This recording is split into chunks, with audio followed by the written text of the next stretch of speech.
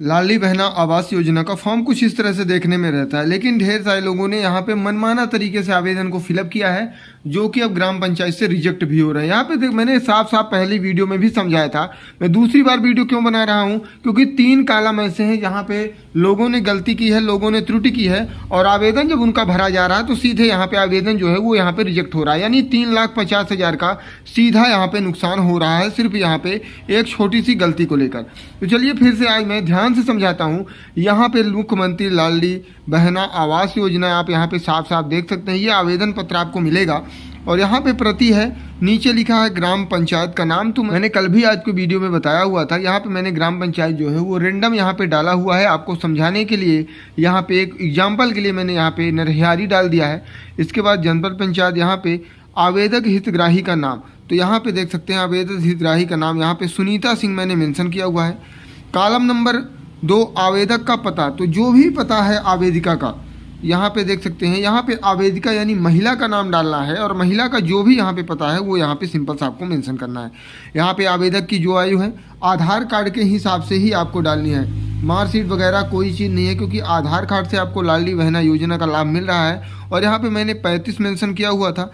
पिता पति का नाम जो भी होगा इनके यहाँ पे डाल देना है। अब देखिए यहाँ पे गलती क्या हो रही है, आवेदन करते वक्त महिलाओं से या उनके घर वालों से गलती क्या हो रही है, जिसके कारण यहाँ पे आवेदन जो है वो रिजेक्ट हो रहे हैं, और 3,50,000 का सीधा सीधा नुकसान है। जान लीजिए, क्योंकि दोबारा आवेदन स्टार्ट नहीं होंगे, ये आप यहाँ पे नोट कर लीजिए कि दोबारा से आवेदन नहीं होंगे।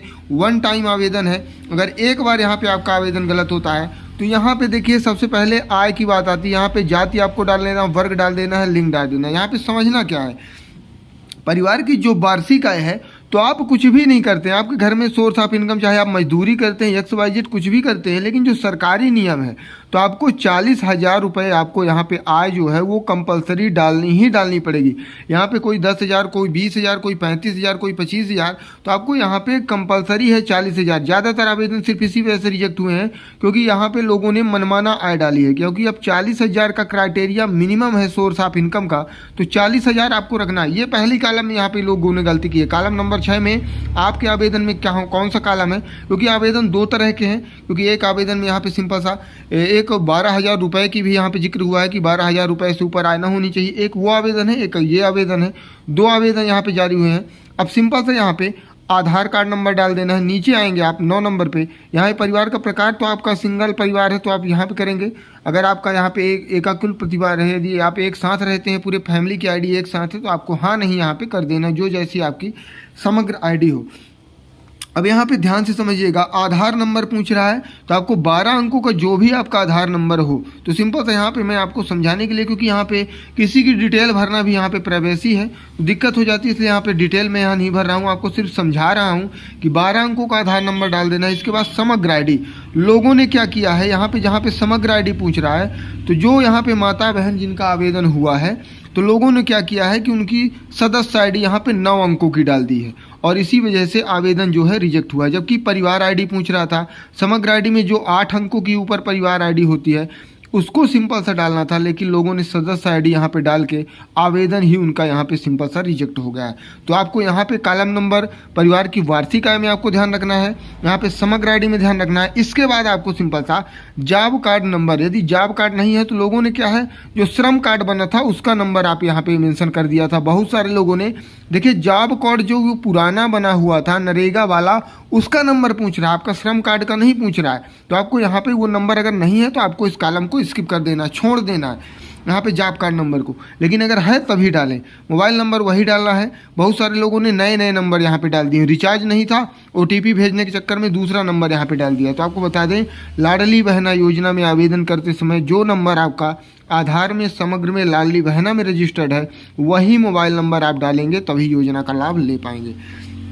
अब यहाँ पे देख सकते हैं, यहाँ पे 14 नंबर कॉलम में आएंगे तो यहाँ पे वर्तमान आवास की स्थिति 0 कम रुपए कच्चा 2, तो जो भी आपका मकान हो, कच्चा पक्का 2 रूम XYZ, तो आपको सिंपल सा यहाँ पे मार्क कर देना। इसके बाद परिवार की मुख्यमंत्री लाडली बहना लाभार्थी है तो पंजीयन क्रमांक, आपको एक रसीद मिली होगी जब आपने पंजीयन कराया था, वही पंजीयन क्रमांक लाडली बहना योजना का आपको यहाँ पे सिंपल सा डाल देना है। इसके बाद आपको नीचे आ जाना है, आवेदक के हस्ताक्षर करना है, आवेदक का पूरा नाम लिखना है, दिनांक लिखना है, स्थान लिखना है, और यहाँ पे फिर से वही नाम लिख देना है पावती में जिनके नाम से आवेदन आपने किया है, ग्राम लिख देना है, ग्राम पंचायत लिख देना है, और यहाँ पे आपको सचिव और रोजगार सहायक का जो भी है तो सील लगने के बाद आपको यहाँ से पावती जरूर ले लेनी है। लेकिन इन 3 बातों का विशेष ध्यान रखें आप। पहली चीज़ यहाँ पे आय का ध्यान रखें, दूसरी चीज़ आपको यहाँ पे मोबाइल नंबर का रखें, मोबाइल नंबर का बिल्कुल ही ध्यान रखें, और यहाँ पे समग्र आईडी का रखें। ये 3 चीज़ें यदि आप यहाँ पे ध्यान रखते हैं तो आपका आवेदन रिजेक्ट नहीं होगा, आप इस योजना का लाभ ले पाएँ। क्योंकि यहाँ पे लगभग 30 से 35% आवेदन सिर्फ इन्हीं 3 गलतियों की वजह से रिजेक्ट हो रहे हैं। तो इनको आपको ध्यान रखना है जिससे योजना का आप लाभ ले पाएँ, दोबारा से आवेदन नहीं स्टार्ट होगा। मैं आपको बार बार यहाँ पे समझा रहा हूँ। तो उम्मीद करता हूँ दी गई जानकारी आप क्लियरली समझ पाए होंगे। कोई समस्या, सवाल फिर भी सुझाव है तो नीचे आप कमेंट सेक्शन में हमारे साथ सवाल कर सकते हैं, मैं आपको क्लियर इन्फॉर्मेशन दूंगा।